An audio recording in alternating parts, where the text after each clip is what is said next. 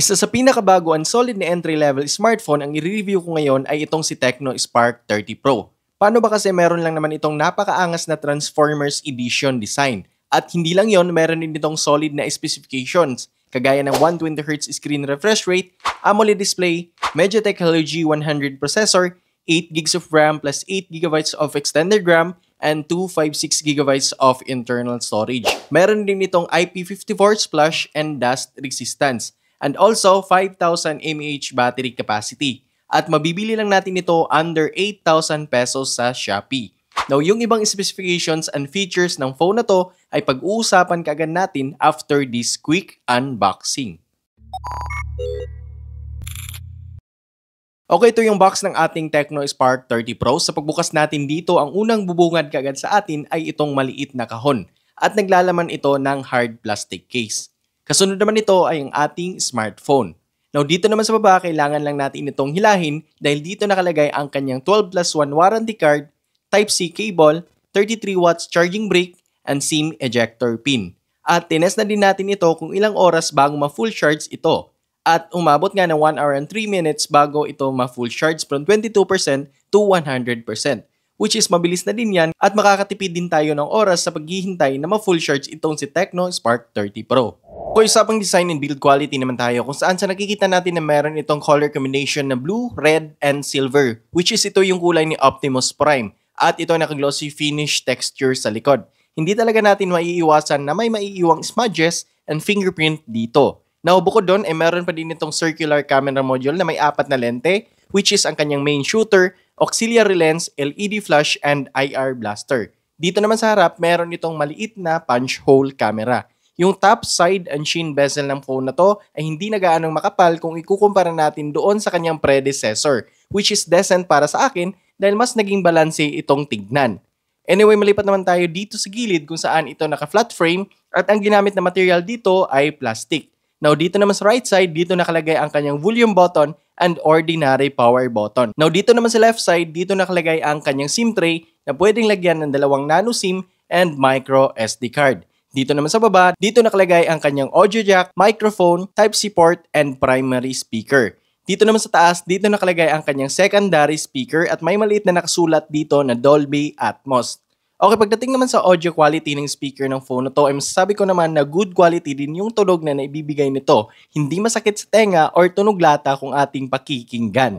Moving on, at pag-usapan naman natin ang kanyang display kung saan ito ay naka 6.78-inch AMOLED display, naka Full HD Plus or 1080p ang kanyang resolution, and as you can see, napakaganda talaga ng AMOLED na display. Excellent contrast, black is black, sharp and detailed yung mapapanood natin dito. At yung viewing angle nito ay visible na visible talaga. And speaking of visible, isa pa sa kagandahan sa phone na to kung gagamitin naman natin ito sa outdoor, kahit pa sa tanghaling tapat at malakas yung sinag ng araw, wala din tayong magiging problema dito dahil visible na visible pa din ito sapagkat meron pa din itong mataas na nits of brightness which is 1,700 nits. At saktong-sakto na ang liwanag na yan para mababasa natin ng maigi ang mga notifications. Now, kung ikaw naman ay mahilig din manood ng movie, lalong-lalo na sa Netflix, good news ito para sa'yo dahil ito ay naka-security widevine level 1 na. So, ang ibig sabihin, Full HD resolution yung mapapanood natin ng mga movies sa Netflix. Mapa-anime man yan or action movie, tiyak na may enjoy talaga tayo sa panonood dito.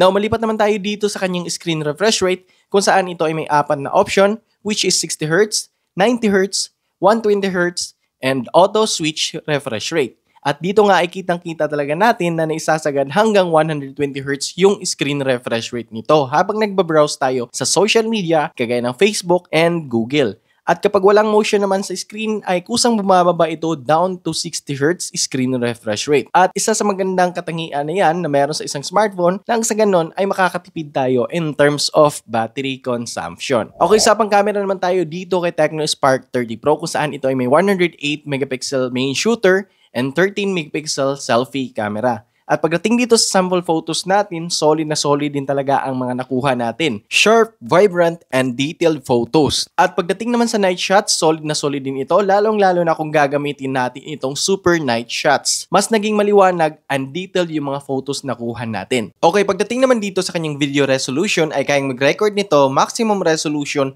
2K at 30 frames per second, front and rear camera. At dito sa sample video footage natin, so far okay naman at maganda naman yung quality nito. Yun nga lang medyo maalog kapag gamit natin itong 2K resolution habang tayo ay naglalakad at hawak-hawak lamang itong smartphone. Now kung gusto mo talaga na hindi maalog yung video footage habang nagre-record at naglalakad, hawak-hawak itong smartphone, ay pwede naman basta't babaan lang natin ang resolution nito down to 1080 at 30 frames per second. Kagaya ng ginawa ko dito. At nararamdaman ko na yung ultra steady nito at kapansin-pansin talaga na mas naging smooth at less shaky yung video footage natin.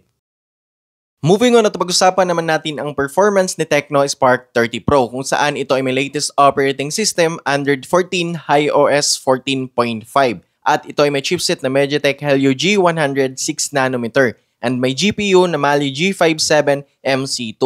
At yung Antutu score naman na nakuha natin dito ay 435,000. At halos the same score lang din ito doon kay MediaTek Helio G99 processor. At hindi rin natin ito pinalagpas, nag-game test din tayo dito sa tatlong online game. Bale, ito nga pala yung tatlong laro na sinubukan natin, Call of Duty Mobile, Honor of Kings, and Mobile Legend. At pagdating sa graphical settings naman, ultra graphics and ultra frame rate para sa Mobile Legend, and medium graphics and high frame rate para sa COD Mobile. And sa Honor of Kings naman, ay number 4 yung graphics quality natin and high ang frame rate. And naka-ultra ang ating resolution. Now sa paglalaro ko dito sa tatlong online game ay masasabi ko din na playable and smooth din naman ang nibibigay na performance nito sa atin. At kahit paano nakakasabay din naman tayo sa pagbato ng mga skills. At kahit na maraming animation na nangyayari dito sa laro, so far konting frame drop lang naman yung na-experience ko dito. At nakakayanan pa din naman ng phone na to na tapusin ang laro at nakakasabay pa din naman tayo sa mga clashing. At pansin ko rin na hindi rin gaano masyadong umiinit yung device kahit na ilang minuto na akong naglalaro dito. Kaya para sa akin, pwedeng-pwede na ang phone na to na i-recommend para sa mga gamer na ang budget para sa isang smartphone ay under 8,000 pesos. Okay, ito lang muna sa ngayon guys at abangan nyo po yung next review natin sa isa pang solid na Transformer Edition design, yung Tecno Spark 30. And see you on my next review.